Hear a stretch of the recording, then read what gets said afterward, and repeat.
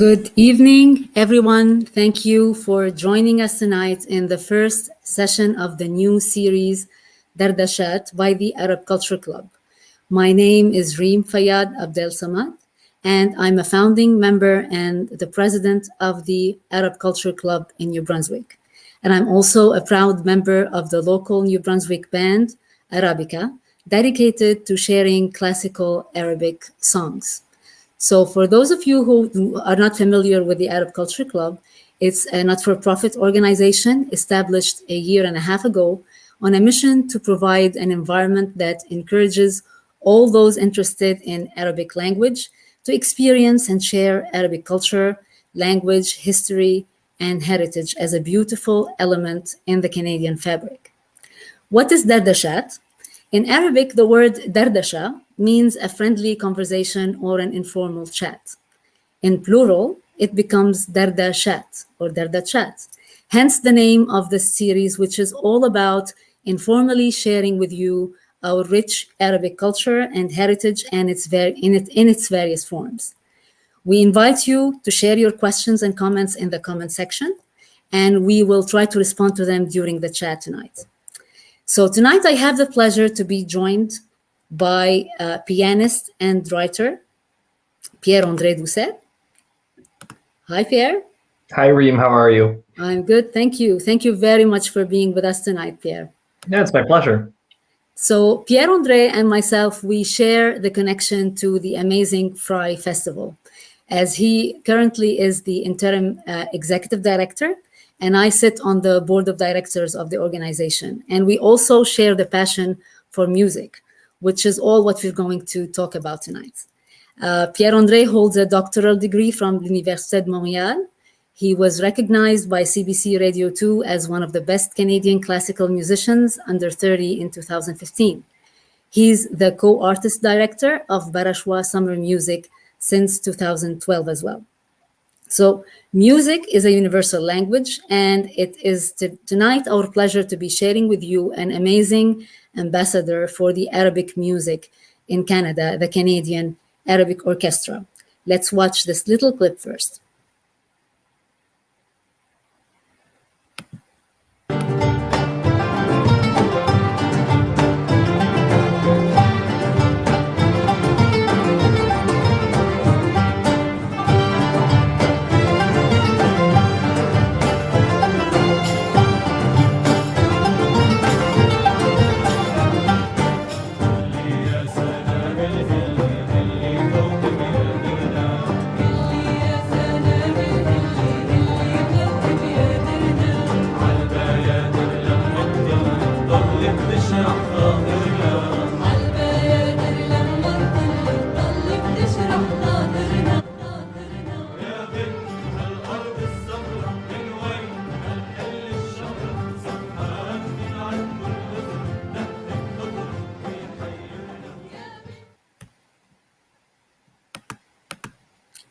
Isn't that beautiful?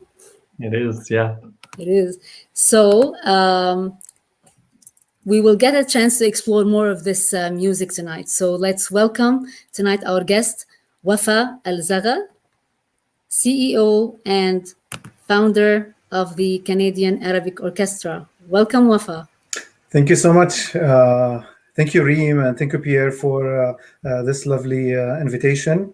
And I really hope that this program gets to expand more, and I'm happy to be part of it today for its kickoff. And I'm excited because this is our first time meeting with our community in New Brunswick, and I hope that this will be the start of meeting them in person, inshallah, for concerts there in New Brunswick, and I hope that will come soon. Hopefully, yeah. Thank you for accepting the invite. We're very thrilled to have you with us tonight. It's my pleasure. So, Wafa, obviously, we want to start to talk a little bit about the orchestra. So, can you tell us a little bit more about when and how was the orchestra established, and what are its objectives? So the long story short, the Canadian Arabic Orchestra was founded by me, myself, and my wife, Lamis Aoude, the pianist and teacher of Western classical music.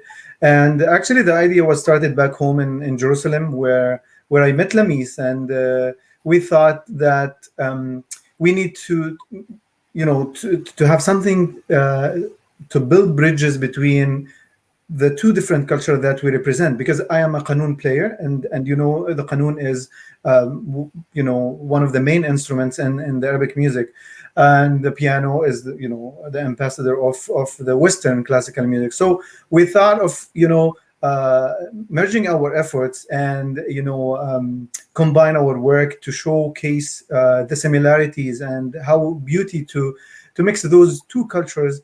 Hopefully that this will build on building real bridges between those two different communities. So we started a project back home in Jerusalem, and the program was first came to life in the Jasmine Festival in Jerusalem.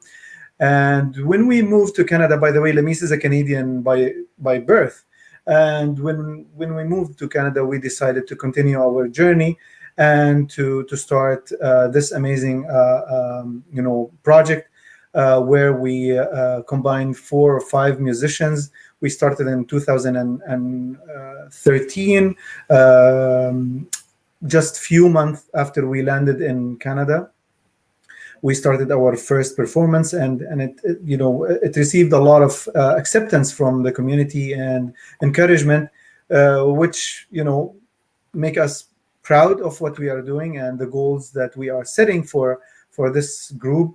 Then we decided to call it the Canadian Arabic Orchestra in order to give the audience a little bit of an idea about having a big group of musicians, because if you say like this is a taht or a band, people will not understand what you are trying to say, because it is not a taht, it is not a small band, it's a big group. But in Arab music there is no term called orchestra, so we decided to move with the name orchestra in order just to give the concept some understanding, and also to send a message that this is an open window for all musicians from any background to be part of it. But the main core of it is to showcase the beauty and the power and the strength of the Arabic music in particular.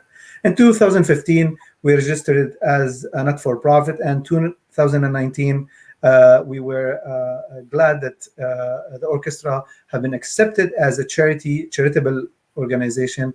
And from there, we did many concerts in Toronto and the GTA, and in different provinces in Calgary, Edmonton, Halifax, Vancouver, and hopefully soon in New Brunswick. Hopefully, yeah. So you mentioned al-qanun, which is the instrument you play. It's actually one of my favorite instruments. Could you a little bit talk about this instrument, because I think not many people are familiar with it, especially if they're not familiar with the Arabic culture, and also about the other instruments that make up the orchestra. Right. So if I will start with talking about the qanun is a string instrument that have been invented by Al-Farabi in the 9th century, and it was created on the Pythagoras theory of the triangles and the squares. It has a mathematical background. I think he was trying to merge his math knowledge with his passion of music, and he created this wonderful instrument that we believe that it is the base of the piano for these days. Many people, maybe they don't know that the father of the piano is the harpsichord, and the harpsichord has the same sound and feeling of the qanun, but the mechanism is different. I think the Westerns, they wanted to transfer this kind of sound and this music into a more simplified mechanical way. That's why they created the keyboard, where the keyboard, when you press the keys touches the strings, using that hammer to generate the same sound that you use while you are, playing with your fingers on the qanun. And if you go ahead and open the piano, the grand piano, for example, you will see exactly the same shape of the qanun, with only one small change, is using metal strings instead of the nylon strings, which was actually used in the harpsichord. So the qanun beside the oud are the main instruments that give the personality and the characteristic of Arabic music. However, in the orchestra, because I mentioned, we are trying to make this group globalized and invite different kind of musicians. So the orchestra has the qanun, the oud, the violins, definitely, buzuq, cellos, contrabass, nai, clarinet, all the classical Western instrument. We try to make it to serve the Arabic music on the stage, and to play some of those similar tunes. And sometimes actually we work with our musicians in order to train them to generate those quarter tones that are very specific in the Arabic music. So the orchestra has around 55 musicians, 25 choir members. The 55 musicians are from all over. We have from all the Arab world, from Algeria, Saudi Arabia, Palestine, Lebanon, Egypt, from everywhere, plus from the other countries from the other world. I mean, we have people from I forgot the countries, but from different backgrounds. Non-Arabs, definitely, and they have not been exposed to Arabic music at all, but they liked the sound and they liked how we present this kind of music, and they decided to join and to be part of this amazing initiative. Wafa, I have so many questions about the orchestra, because it's I've traveled a bit in the Arab world, and every time I've gone to performances, I've been very intrigued by these sounds that sound very foreign to me as a Western classical musician, but that I'm able to appreciate, and the depth and the richness of the structure and the harmony when I hear it. So I have a lot of questions that I'm going to just pepper you with. How do you go about recruiting your musicians? So are they mostly professional musicians, semi-professionals, amateurs? And how, who writes your arrangements? Is there like a canon of classical Arabic music that other ensembles elsewhere in the world sort of go to? As Western orchestras would go to Beethoven or Mozart or Schumann, etc.? Very good questions, but there's I need to answer them one by one. So yes. For the first one, yes, our musicians are professional musicians. Sometimes we open the window for semi-professional musicians to join in order to give them some kind of an experience, in order to get exposed to such music. And definitely the recruitment is very easy. Most of our musicians are really engaged in the orchestra to the extent that they refer musicians to us, to contact us and see if we are in need of their services. Mm-hmm. So we don't post, we don't request since the day we started until today. Most of our musicians, they came by referral. They wanted to join, and as I mentioned, we are promoting it as an open orchestra. For anybody who would like to join, they are welcome. Definitely we do an interview, we see what they do, and we try to make our own due diligence and look after what their experience is. But mostly they come to us, and sometimes when we create specific projects that need a specific instrument, we go and look for those musicians, but mostly through our connections, through our musicians who, because they are exposed to other musicians and they work with different orchestras, for example, Toronto Symphony Orchestra or Mississauga Symphony Orchestra, Guelph Symphony Orchestra. So many of our musicians, they actually work with those orchestras. And whenever we need a musician, we just ask them if they know somebody and they refer us. We contact them, we do those interviews, and we run. The music and the arrangement, it's definitely what we do is we bring those classical Arabic tunes, and we try to modify them in a way that can fit the orchestral structure. So we do the arrangements, sometimes me, sometimes Lamis, sometimes our conductor, Mr. Wanis Mubayid, he does those arrangements for all the group. These days we are working with professional composers, so they create the arrangement by themselves. They deliver the material ready for us based on what we provide them with, the number of musicians and what are the instruments that will be performing. And the very nice thing about the Canadian Arabic Orchestra, it is that it is very flexible. So sometimes we go with 55 musicians, and some concerts we don't need that, so we go with 5 musicians or 7 musicians or 10 musicians. Okay. Depends on the production and the need. Sometimes depends on the budget, because when we travel, for example, when we do the tour, the Canada tour, we travel with 34 musicians, and I wish we can take more, but it is a huge budget, and it needs a lot of financial support, and this is it basically. So most of it we do the work, and as I mentioned, when we need a specific instrument, or if we need our musicians or those Western musicians to do a specific work that is very related to Arabic tunes, which, as I mentioned, include the quarter tones and the semitones, we work with them closely. So we practice with them. We bring them in a small groups. We work in their parts until they master it. And one very lovely thing that happens is, and actually it was one of the goals, part of the Festival of Arabic Music and Arts, which is the orchestra organizes, is we bring artists and composers from the Arab world. For example, we worked with Sharbel Rohan. Sharbel is a very organized composer. He work he write every single move, every single tune he wants in the piece, and we expose our musicians to work with him directly. For example, also when they work with Nasir Shamma or Marwan Khouri or Ilhan Madfai. So our musicians have this ability to be exposed to those professional musicians and work with them closely in order to generate the right sounds that we are looking after.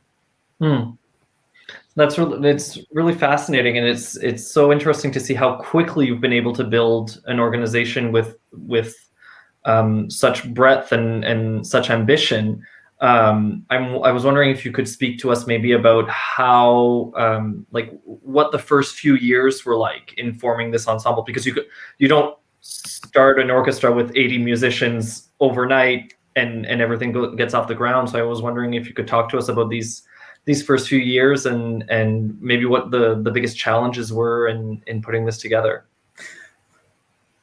Actually, the journey of such project is similar to any project you start with.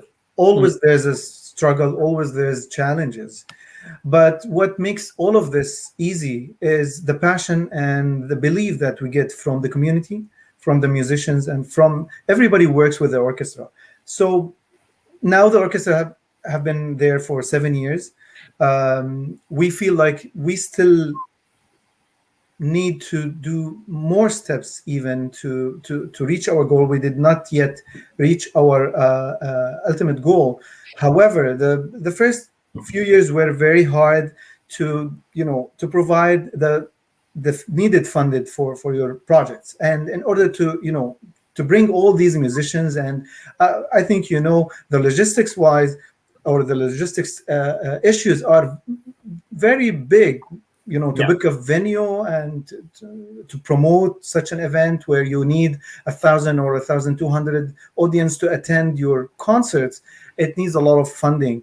And this is one main issue that was at the beginning. But as I mentioned, the belief that we got and the passion from the musicians, they, for example, many of them at the beginning, they did not, stress on the fees. They were very lean about that. They did not, for example, ask for their fees in advance. They worked with us, and after we finish those concerts, they get their fees, and they don't discuss anything about that, even if it's more or less of what we were hoping to get.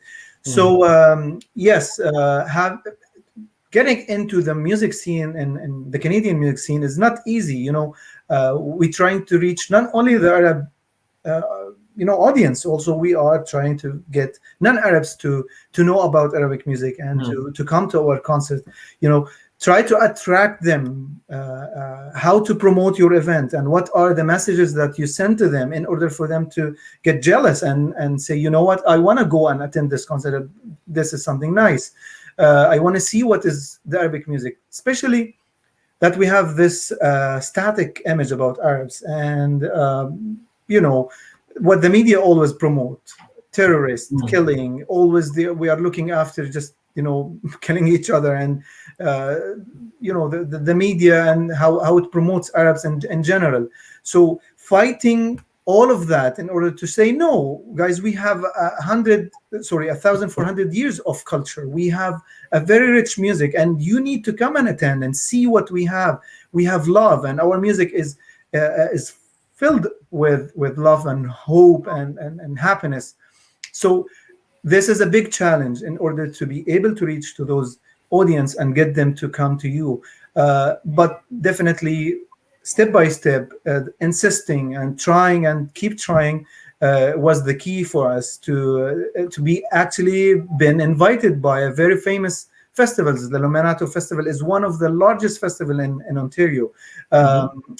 Stratford Festival is one of the biggest festivals.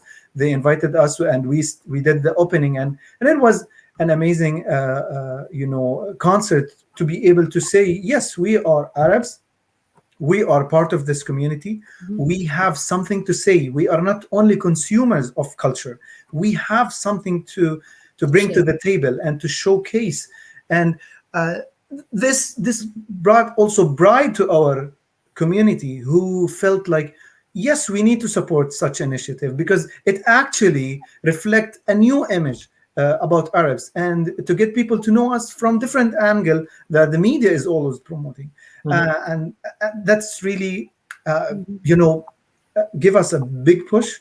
Our musicians as well, especially the musicians who are from different backgrounds, who come to the concerts and see how our audience are passionate about this music, and how they interact, they sing along, they clap, and this is something they don't see usually, because it is the protocol of the classical music, where you need to be sitting in the theater. You can't clap even between the movement. You have to wait until they finish all of that. So seeing this energy and how people are interacting with this music also give a big push to our musicians, and to get them to bring more and put more effort into this work. Speaking of Wafa, speaking of the funding and the musicians and the fees, one of the challenges that sometimes come to mind when it comes to starting such an organization is, and I'm going to speak a little bit about, although it's a different scale, Arabica here, because it's like a little band that we're starting here. One of our biggest challenges has been, for example, dedicating the time, because most of us are like full-time employees, or we have our full-time jobs. Was that one of the challenges also for the orchestra? Yes, maybe because I was the main person who are doing that sacrifice. I don't feel it, and I forgot that I did this. Actually, it does. You need to sacrifice. When I came, I was the general director of the music conservatory in Jerusalem, and coming here, there is nothing about Arabic music, nothing at all.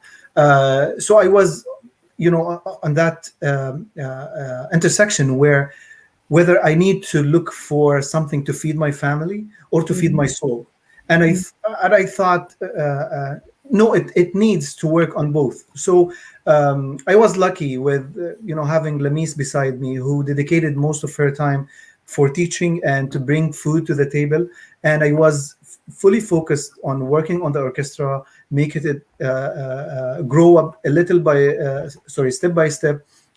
It took time, it took effort and sacrificing your effort, your time, spending time with my kids. I used to work until 5, 6 in the morning just to get, because promoting those events, you don't have money to promote it. You have to work on that. You have to create your. For example, I worked as a graphic designer, as a marketing personnel, as a accountant. That helped me a lot now because I know everything, and I can direct my team to do what I actually wanted them to do, because the experience that I got from doing all of that work myself. And definitely by the time the orchestra started growing, we started bringing people to the team who also dedicate many or most of their time to work with the orchestra, working in the morning and coming to the meetings and work with us until the orchestra now is able to support its people, which is me and the team. So we work full time for the orchestra. We don't work on any other places. Okay, so you mentioned also the marketing part and the marketing aspect. I think there's a question here about like how can you market the orchestra in a way that feels authentic without feeling kind of exploitative? The main way is through your community. If your community believes in you, they will support you and they will try to promote your efforts in every single place they are in. So many of the concerts we got invited is from our audience who say, we know the orchestra. Can you come to do a concert for our organization? They refer their teams to call us. Most of it in this way, and that's what makes it easy for us to get to other communities through the referrals from our community who attend our concert or from our musicians who work with us. So this is basically the main way. Plus, as I mentioned, definitely step by step, when you build your database, when you will your audience list and connections, so you will be easier able to bring people to come to your concerts.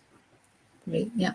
So you mentioned the FAMA, or the Festival of Arabic Music and Arts, which is one of your biggest events and projects. So Let's see a quick video about this festival, and we're gonna talk about it.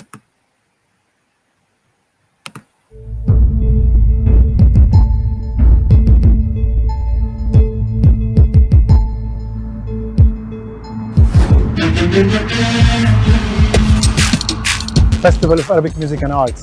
We are ready for the third year.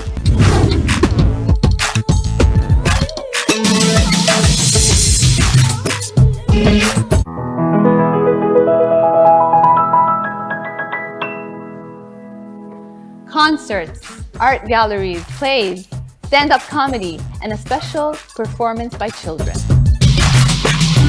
130 artists, 16 events, and over 14,000 audience.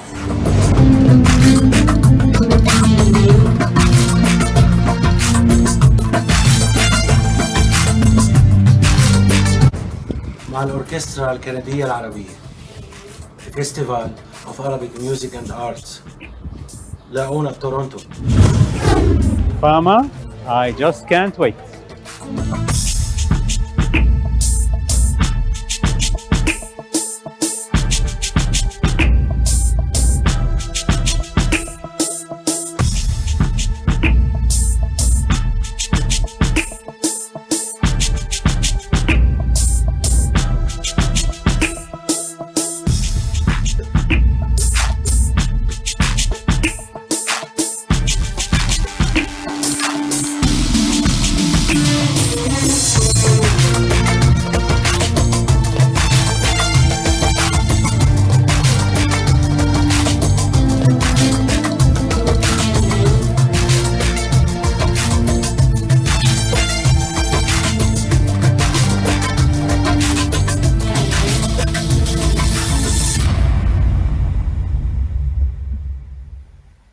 Wow, It's such a huge event with a very big variety of activities, obviously. So when was this festival initiated or started, Wafa? And like how did it evolve in terms of size and variety of activities? You're on mute, Wafa. Oh, sorry for that. So the festival actually is one of our projects that aim to get to our main goal, which is promoting Arabic music and to build those bridges of understanding between the Arabic music and Arab culture and the Western culture.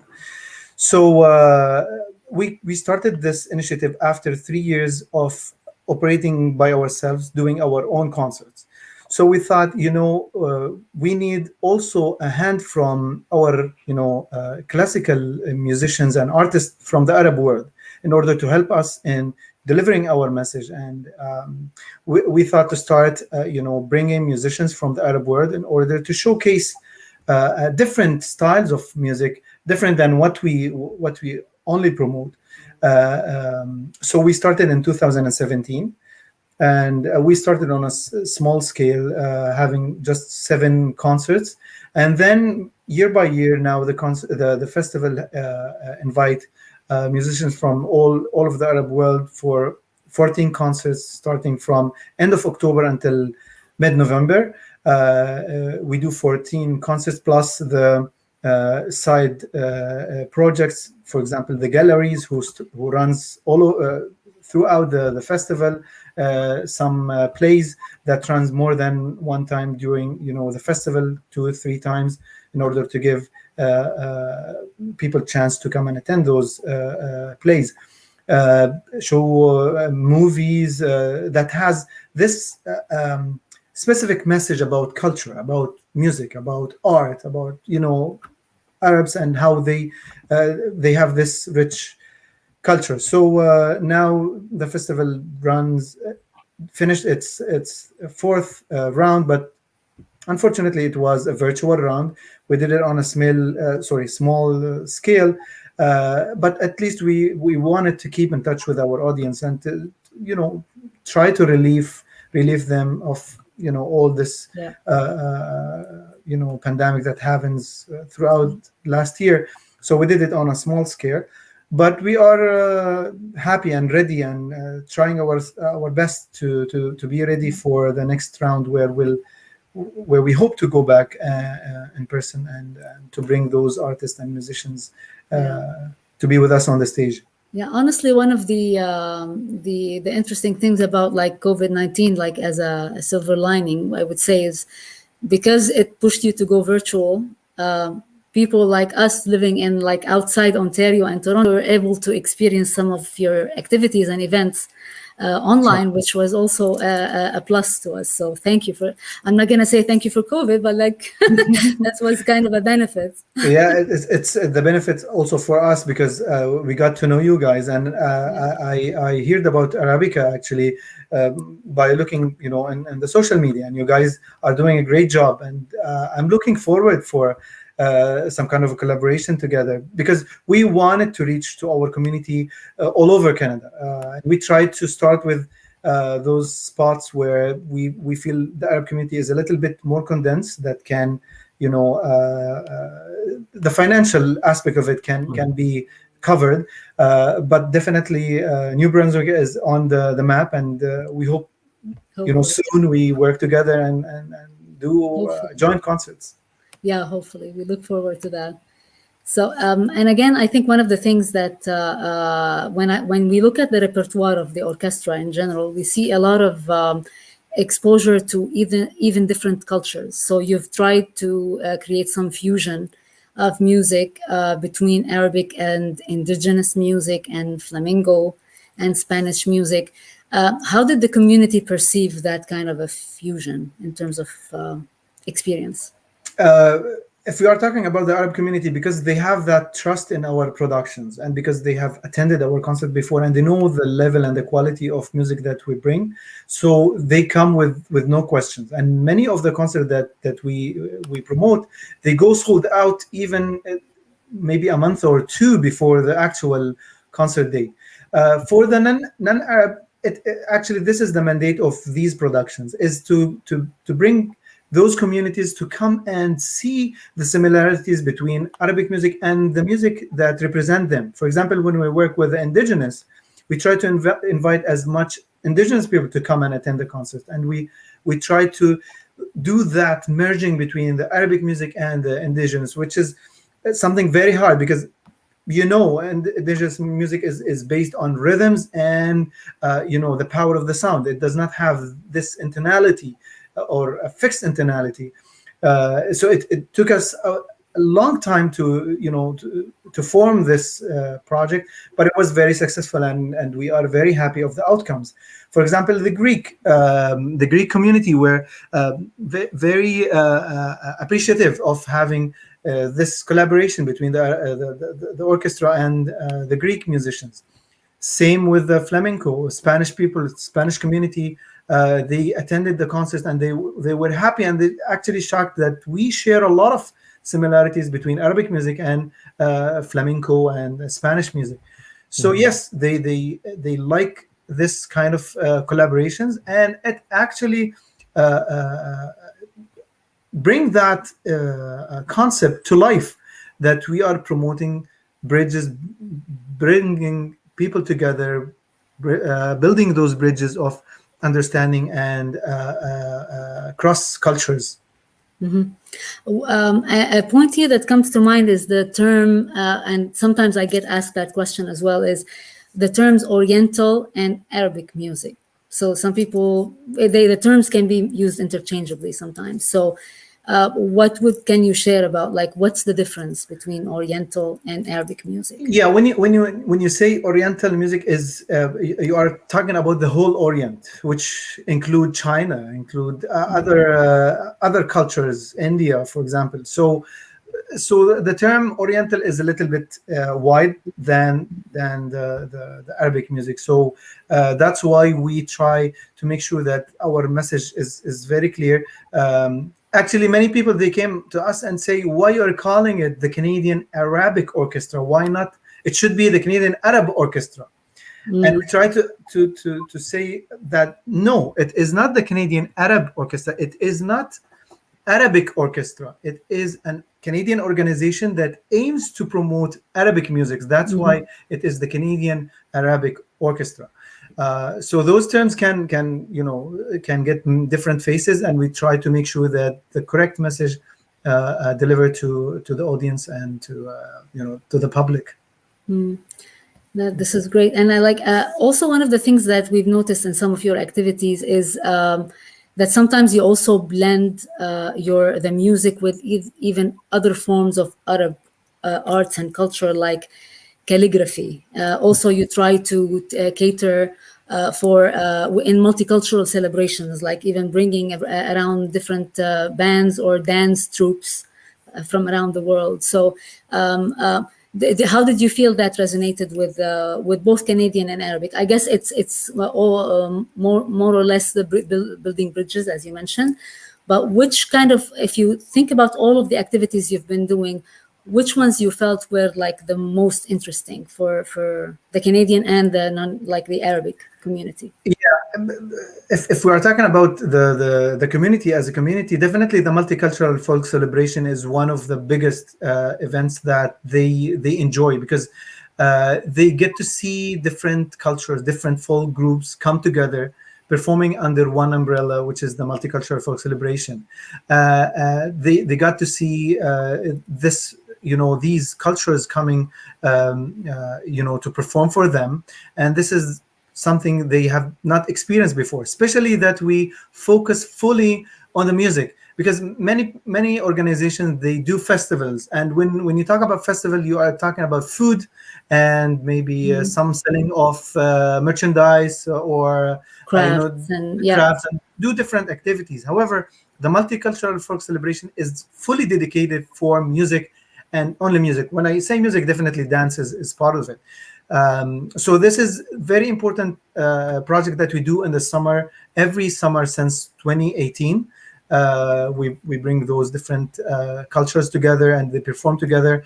They work sometimes together on one joint production, which people are, get to know each other, especially that people who attend, not only Arabs, people from those cultures, for example, the Greek, the indigenous, the Chinese, the Serbians, the Afghani.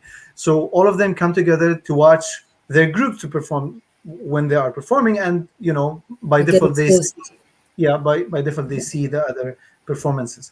Musical wise, I'm proud of the tour that we do, because we do our own music, the Canadian Arabic Orchestra music.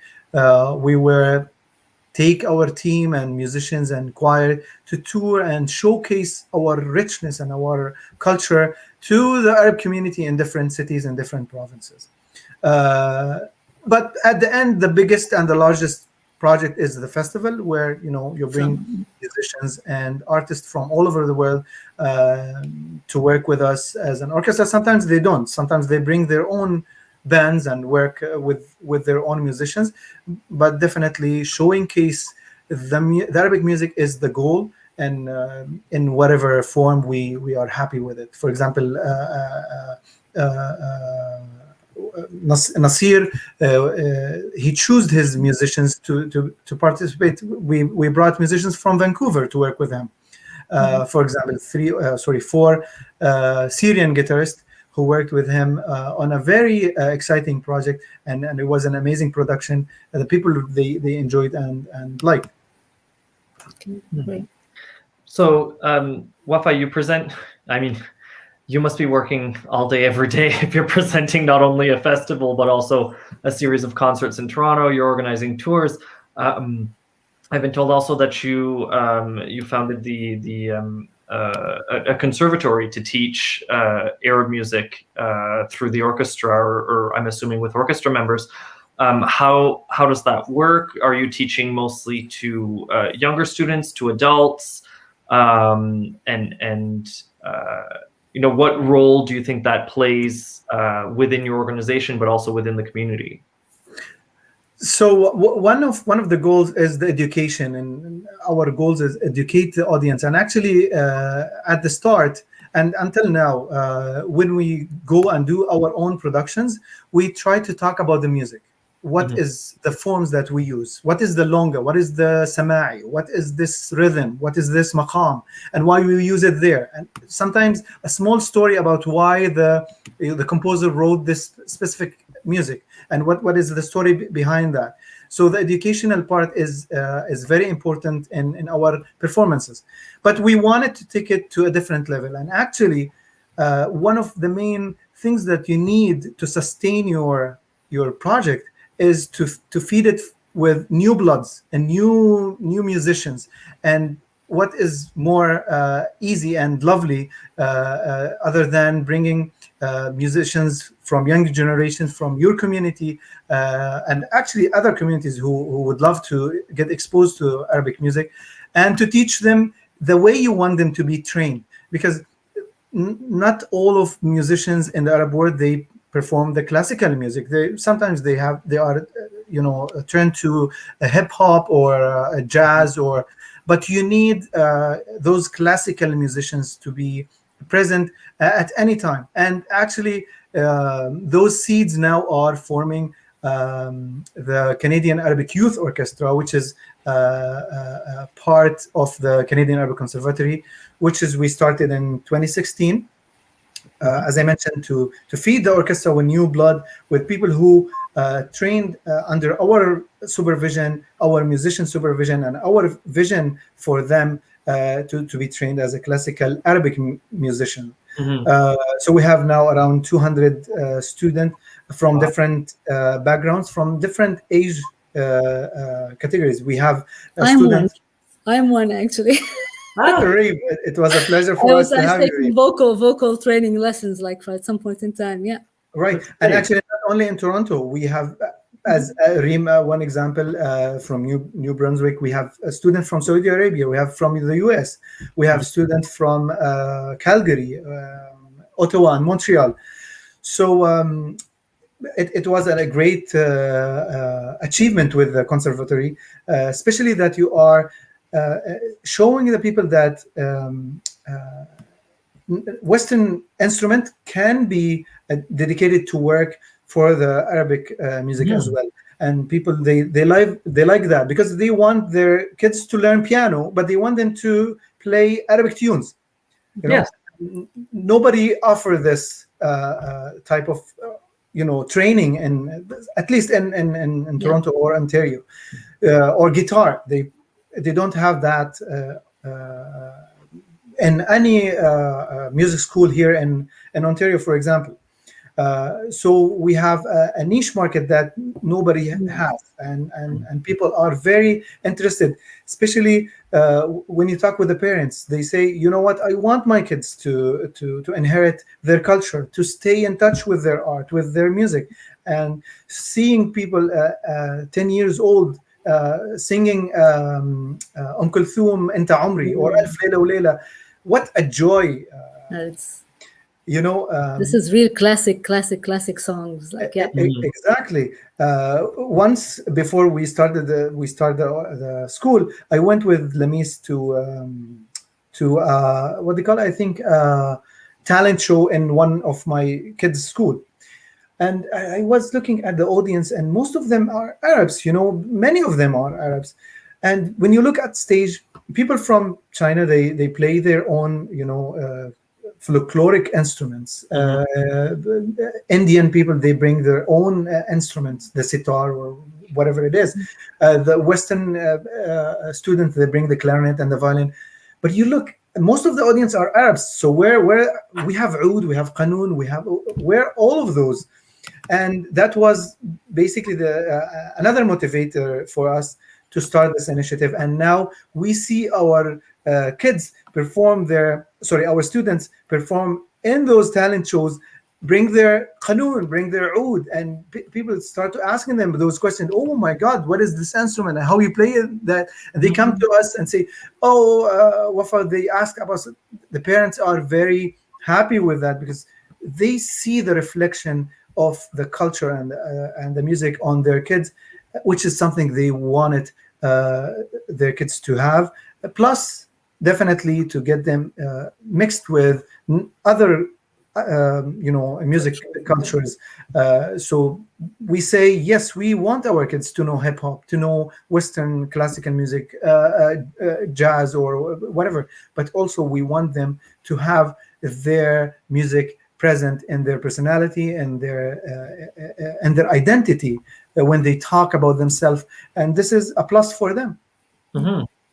Yeah, it sounds like a terrific project. I'm curious to know, you say you have students that come from many different age groups, from many different ethnic communities as well, not only Arab musicians or Arab students, but also students from other ethnic communities. Do you find that there are any particular challenges in teaching Arab music to non-Arab people? I don't think so. There is any, because what happens is the Arab musicians, they try to put the Arabic music theories in particular into the Western forms, which was I don't want to say something good, but it's not bad, because one of the strengths of Arabic music is it is wide. It does not have rules. There's very small basic basics there, but the beauty and the strength of Arabic music is because it is wide. What you feel give you this mood, maybe give me different mood. You understand it in a way, I understand it in a different way, and that's why it is wide and rich, and people, they look at it from many different angles. So put it in for example, scale. The maqam is not a scale if we talk about the maqams, but in order for us to communicate the music with non-Arabs, especially people who are coming from educational background, for example, from a Western classical background. Western classical background. I have a student recently joined my class in theory, and he is Western classical Western music trained. and when I start talking about, you always say, "Oh, this is similar to this." Or I say, "Yes, but we have a different definition for it. We use it in a different way." So I'm not going to say there's problems, but get people to hear the quarter tones and to recognize them between because for them it's weird.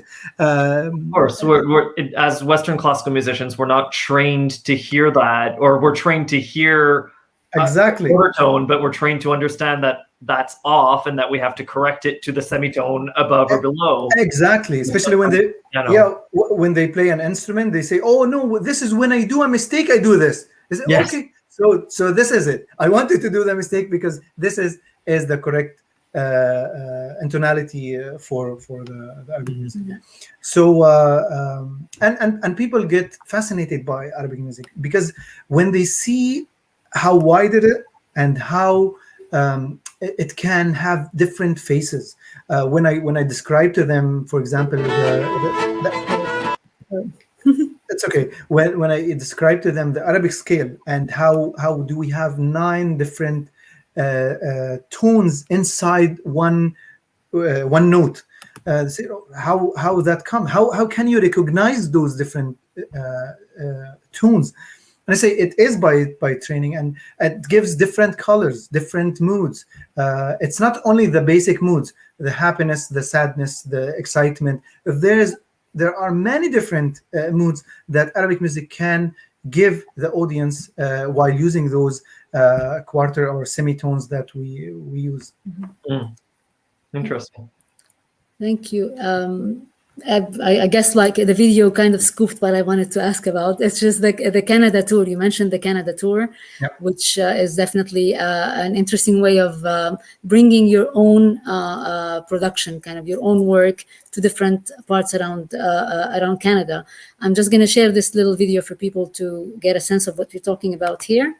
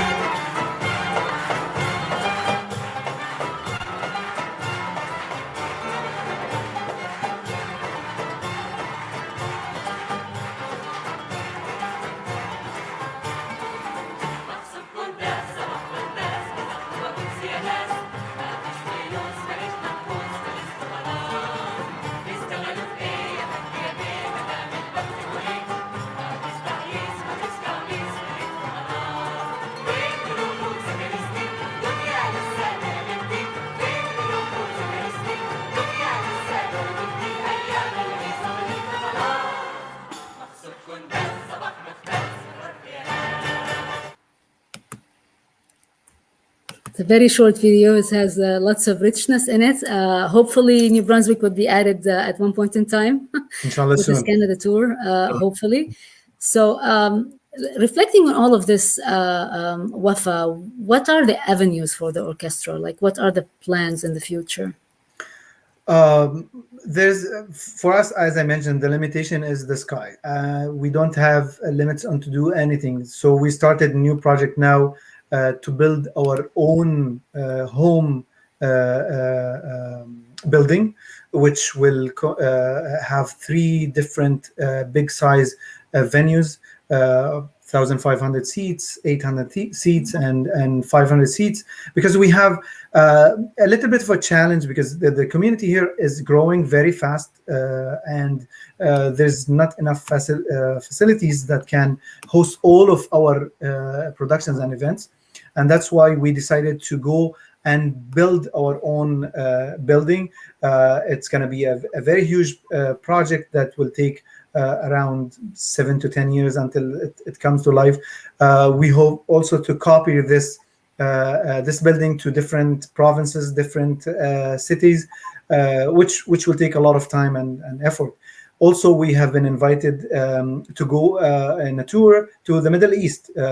Expo Dubai 2020 we were planning to attend there. We have been invited by the Canadian Embassy and different countries in the Middle East, but the main was being part of Expo because they like the concept of merging the Arabic music with the indigenous, and they want to showcase this beautiful merge between those two cultures. So we were invited to be part of it.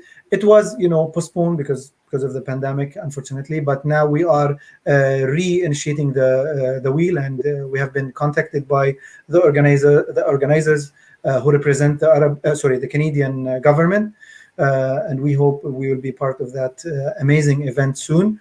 As I mentioned, we have been invited by Qirtaj in Tunisia. We have been invited to perform in Saudi Arabia, Kuwait, Oman, and Jordan. So hopefully this will take place in December this year. Definitely having what I'm gonna call it is subdivision of the orchestra in different provinces, because unfortunately, because we get many calls from musicians who wanted to participate and be part of the orchestra, but we know the barriers. Traveling from Vancouver to come and attend the rehearsal is not ideal. So we decided to create a subdivision of the orchestra in those cities in order to give opportunity for those talented musicians to be part of the orchestra, but to join on their soil and to be present in their provinces and to represent Arabic music there, where at some point all members hopefully will work together on a one big production that showcase Arabic music from and musicians from all over Canada. Definitely, as I mentioned, there is a lot of projects. One of them is we wanted to create a hub for the scholars, anybody who wanted to know something about Arabic music, anybody who wants to study history, theory, wanted to know, many people, they do their research on Arabs and Arabic music. So they can't travel to the Middle East, or maybe they fear, they have, issues traveling to there. We wanted to bring this here and get access to those people who wanted to know more about Arabic music. I do many cultures and lectures. For example, I did in Toronto University with Ottawa University, Montreal University. They asked me for lectures, but we wanted to create a hub for anybody to wanted to know more about Arabic music, and even to communicate with scholars from the Arab world. They find all of this present in between their hands on the Canadian land. There's a lot of projects that we do. New productions, for example, we are working with Suad Bushnaq, is a Arab Canadian composer, to create a production called Cindy Bach. Talking about the journey of Sindibad and Bach music. So it's a fascinating project. She's working on that. There's a production called Mishwar Umar. We are bringing Fairuz productions in a way to showcase the journey of humans, how they, because that's very interesting. Yeah, Fairuz, she did a lot of songs talking about love, hatred, immigration, war, all of that. Yeah. So this is a production that we have. Our colleague Hiba is from Montreal. She's working on this production. We have a production called Opera Arabia. We are inviting Julie Nasrallah, is a Arab Lebanese Canadian opera singer. She's very well known here in Toronto and in Ontario. She's gonna work with us on a production that present Arab opera with the Western opera. So there's a lot. We as Pierre mentioned, we work every single day. We try, even in the pandemic, we did not stop. We are preparing ourselves to go back with new productions and new work for our audience. That's great. That's great. And it's really fascinating to hear you talk, and very it's very encouraging to hear musicians talking with such passion about what they're doing, even in the midst of this pandemic, because I know that it's been hard to keep that enthusiasm and that passion up for a year of being virtual. So it's so wonderful to hear you talk with such enthusiasm and such love for what you do. You know what? Because actually, when you see the happiness in your audience eyes, and you miss that, you know, we are as a musicians, you get your energy, your power from your audience when you are on stage, when they clap to you, when they look at you and they are happy or smiling or you know, or singing along with you. So this energy we miss, and that's why we are looking forward to meet with our audience back again soon. And that's why we try also to keep up with the level of music that we bring to them, and to bring them all new things that they will be proud of and happy to attend. So I'm curious to know, Wafa, what can non-Arab Canadian institutions do to help this project and to help this organization keep expanding and keep sharing Arab music with non-Arab audiences throughout the country? Part of our work is to build those partnerships with different institutions, not only Arab institutions, who you know, either promote our events or we invite them to come to our events. Many of them they offer you know, us to come and perform for their you know, for their communities. You know, there's a lot of work that we do, but you know, we are not a big staff. This is also a challenge. We are not a big staff that work on all of that. And as I mentioned, there is a lot of avenues to build those partnerships and to try to work with different organizations. The cultural and the artistic institutions, it's easy for you to work with because you always have ideas about, you know, working together on semi-productions, on emerging productions. Definitely, I would also mention that many of our funding we receive from non-Arab institutions, for example, OCAF, Ontario Art Council, Canada Council for the Arts, Canadian Heritage, Toronto Art Council, foundations, Mississauga Foundation, for example.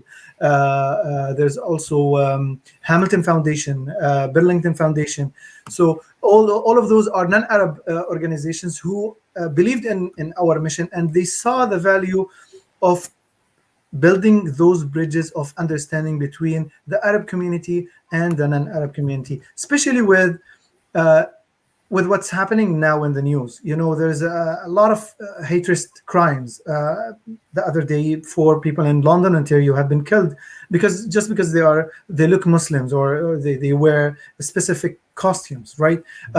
Some of them, they have been attacked in a mosque in Montreal. So non-Arab organizations, they know the strength of music and how it can bring people together and get them to talk and to see each other. And what a wonderful way to do that, other than attending a concert that can bring different cultures together, different music together. So yes, we get that support, but definitely if we want to reach more audience, we need to work with more organizations. We need to communicate with them. That's why this year we started a position in the orchestra for one of our colleagues to start and initiate these contacts with non-Arab organization and let them know about the orchestra and what we do and how we do it and why we do it and the value of doing it. So many of them are interacting very nicely, and they like what we do, and they are willing to participate and be part of our efforts. This is great. As you mentioned, and I think one of also our friends, Najwa Al-Qasim, mentioned it in one of the comments, building bridges with music. It's wonderful. It's this universal language that brings everyone together. And the time really passed by. It really flew very quickly. We didn't feel it tonight. And thank you really, Wafa, for this wonderful evening. We really enjoyed learning about the orchestra, and thanks for being part of our first DardaCHAT. I also would like to thank Pierre-André for co-hosting with me today. Your questions were very enriching, for the session with your impressive musical expertise and experience. Thank you, Pierre-André. Well, thank you. And also, I'd like to certainly thank each and everyone who joined us live today and all those who will watch the recording later. And at the end, I'm going to just leave maybe one, a word from each one of you if you want to share something with the audience before I close with a little video to give a sense of one of the amazing performances by the Canadian Arabic Orchestra. So for me, I really enjoyed this meeting, and I'm glad that Reem, you chose me to be the opening in your new project, and I wish you guys all the good luck. And Pierre, thank you for nice meeting you and nice questions that you asked, and I actually look forward to work with you. Hopefully we can get to work together in some form. As I mentioned, I'm proud of any initiative that promote Arabic music or Arabic culture. So Reem, please let us keep the communication and try to find a way to work together in order to bring this wonderful culture to life and to our audience. Thank you so much for a lovely meeting. And I encourage everybody who wants to know more about the orchestra to visit us at the Canadian Arabic Orchestra website or social media. They are more than welcome. Yeah, Thank you. Inshallah, we can keep this conversation going. And thank you also, Reem, for inviting me to co-host. At Barachois Summer Music, we're very invested in trying to expand the definition of what classical music is and sort of take it out of the confines of the Western gaze and Western culture, and so we're really interested in pursuing this conversation and hearing more Arab music, hopefully in New Brunswick very soon. Yeah, hopefully the Arab Cultural Club that's our mission and our objective. So bringing different partners around the table, hopefully creating those kind of partnerships is what we're going to be aiming for. So at the end, I'd like to leave everyone with an amazing piece by the Canadian Arabic Orchestra.